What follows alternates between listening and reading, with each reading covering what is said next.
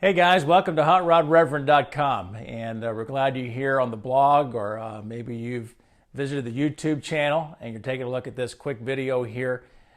Thanks for tuning in. I want to let you know that we took the car to the Pumpkin Run. The Pumpkin Run is a national car show that takes place at the Clermont County Fairgrounds in Owensville, Ohio.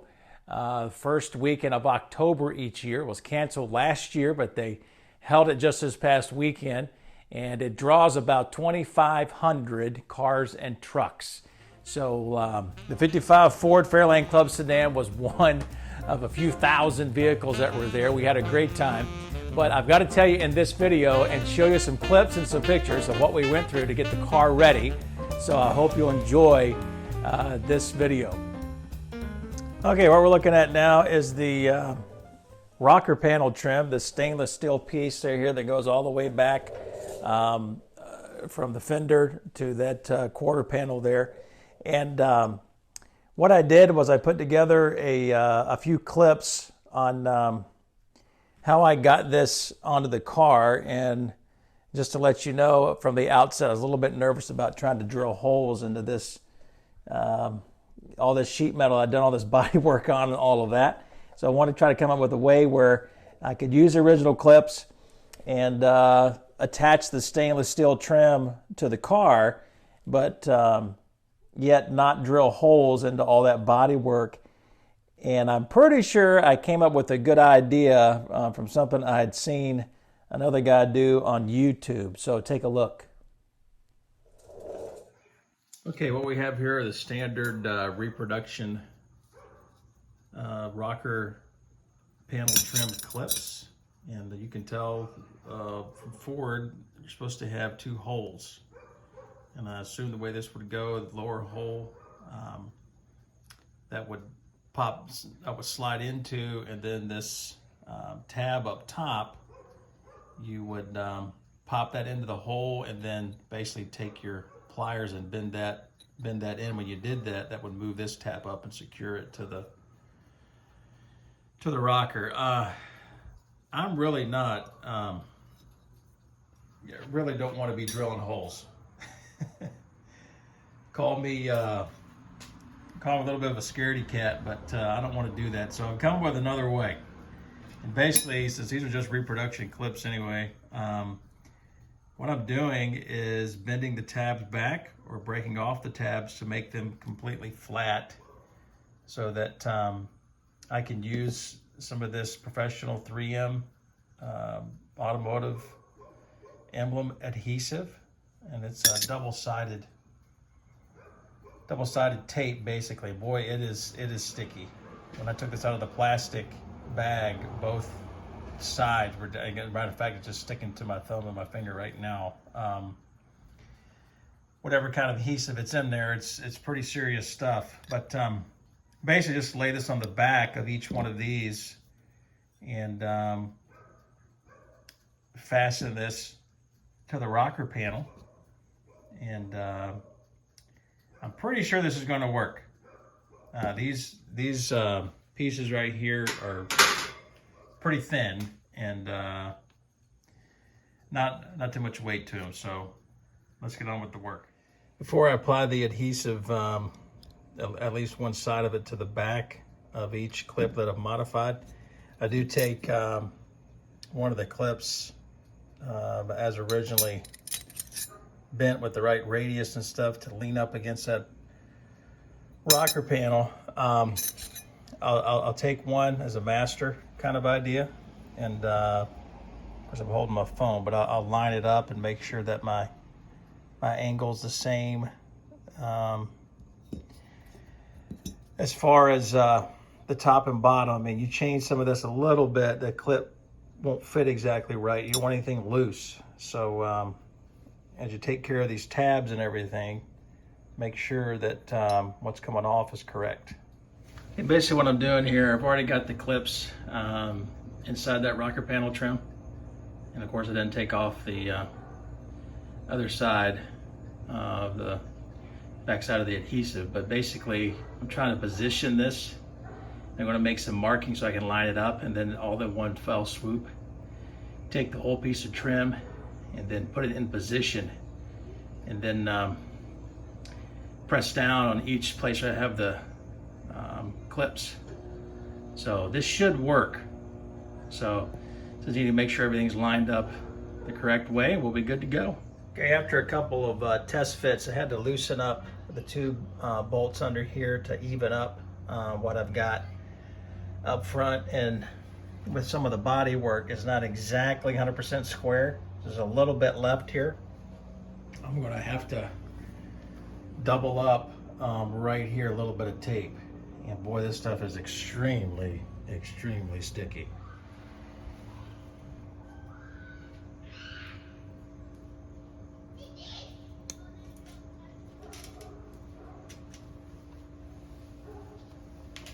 All right. Here we go. I haven't lost center here. Thumbs over top.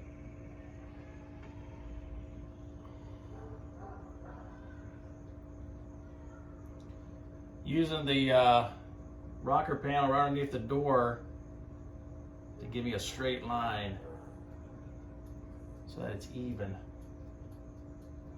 Because once I put this on there, she's going to be on there.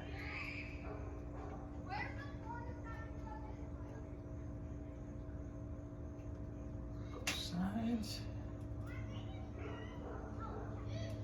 And there we go.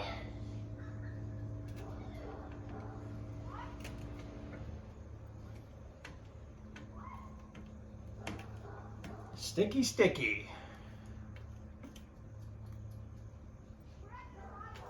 Well, that's better than I thought it'd be.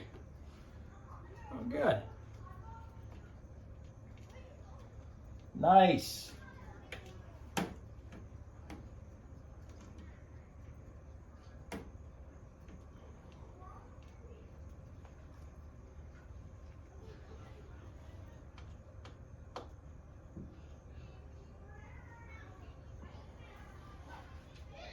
Nice, nice, nice. Grab the camera here. It hit up pretty good. Nice and straight right there. I think the game plan went okay here. So we're going to go ahead and press in one more time. But boy, that stuff, that adhesive is really, really strong. But I'm pretty satisfied, and we'll do the same procedure on the other side and get these installed just like I had them when I was 16. I'm pretty satisfied with how this ended up, and I've washed the car since the time I've installed it, and it's really tight on there, really good with the clips and the clips and just adhering to the sheet metal there, the rocker, and then all the way back. But yeah, I'm very happy with how it looks, and I had some comments on it at the show. Of course, these aren't new stainless steel pieces. These are original pieces. I just lightly buffed them myself. There's maybe a small dent or two, but hey, I drive this car, so I didn't want to show a piece of stainless on there. That'd have been kind of crazy. But it does look like it's original with the clips, of course, because they still stick out with the trim tabs like they're supposed to. You know, and all of that, you can look along the length there. But they fit like they're supposed to. So it's a nice little feature. If you can hear the clicking or not. Hear that clicking?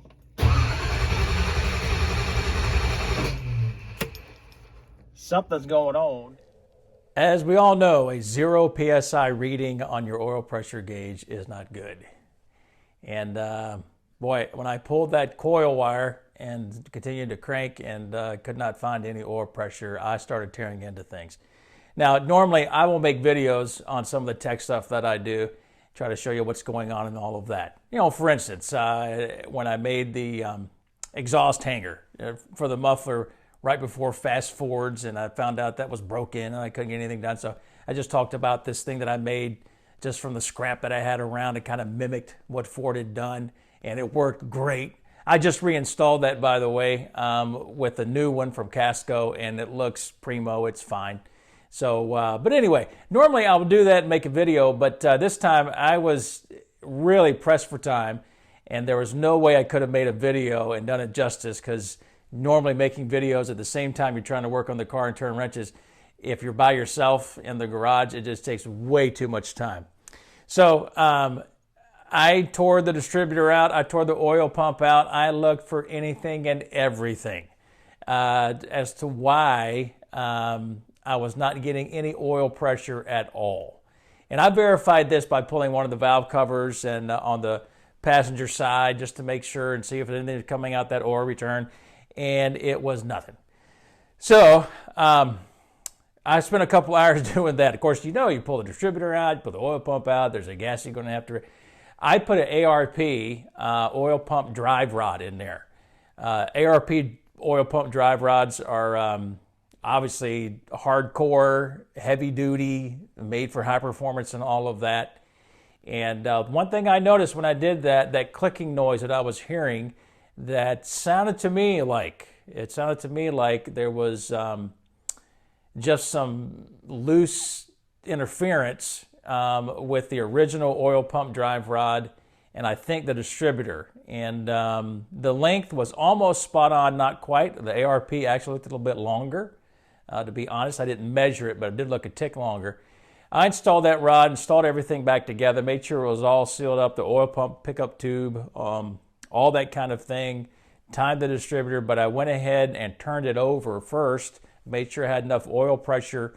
It took a little while, but I had the oil pressure that I needed, verified that with the oil pump return drain tube that's on the passenger side, rocker arm assembly, and we were good to go. Fired it up, and I've had no issues the entire weekend. So kind of leads me to believe it was probably that oil pump drive rod. I'm not quite sure, and I don't know exactly how much room I have, and it could be a little bit of distance between the end of that distributor and then where the oil pump, obviously the oil pump gear where that drive rod goes into. But ARP worked great, and man, the car was humming along all day Saturday, and we just had a great weekend. We had a great day at the pumpkin run. Got a chance to meet a lot of people. The car ran well on the way out. There's about a 25-minute drive or so, and we got into traffic in the morning, 7:45, a pile of cars trying to get in there, and no overheating, no trouble with that at all. Cars running great, tuned well too. And when we parked, not too much later after that, a guy with, I believe it was a 58 Continental convertible. Beautiful car, had air conditioning in it, one of those Mel engines in it, of course, large old block. Man, Steve was so proud of that car, and I got a chance to talk to him for a few minutes. And then two black 56 Fords pulled in, and they kind of parked a little bit across from me as well. Had a great day meeting a lot of people and making a lot of brand new friends, of course. And I went to the swap meet. I love swap meets, and talked to a number of guys. And some of the fellows there, they knew some things about Y-block engines. It was great to find out. And got myself an Isky camshaft and a couple other parts here and there that I needed, and things I'm working on for this 312 build that I've got in the mix right now. And so we had a great day, and it was a very good time, and we really enjoyed it. And maybe next year, if you can come up first weekend in October in Owensville, Ohio, which is probably about half an hour outside of Cincinnati or so, maybe 40 minutes east of Cincinnati. And it'll be a great time. A lot of cars, good people. It's a full weekend on a Friday, Saturday, and a Sunday as well. What is interesting, and I made a whole separate post about this, is that I had a very pesky vacuum leak I tried to find. I thought it was just the carburetor base gasket, which I cured the whistling noise I had, but it ended up being the intake runner, the gasket there for cylinder number 1, and actually number 3 was torn too. But I've got a whole separate post on that, since it was kind of lengthy. I had the chance to record a bunch of that video and take some pictures and show you what I did there. But we had an interesting week trying to get this thing ready for the car show. All right, fellas, thanks for watching the update today, and I hope that you'll subscribe, maybe on the YouTube channel, hit the like button, of course, like everybody always says, and then to HotRodReverend.com. Navigate over there if you haven't already. Go to the blog pages. I've got everything categorized there for you, and it's easy to navigate, easy to find, boatload of pictures and videos and tech and all that. Some of the great stuff that happens, some of the stuff that creates some frustrations. It's as real as it can be. And then don't forget to subscribe to HotRodReverend.com and the blog. There's a separate page that you can do so there. Just type in your email address. We won't give it out to anybody and keep it for ourselves, but you'll get an update every time that I make a new post right here on the website.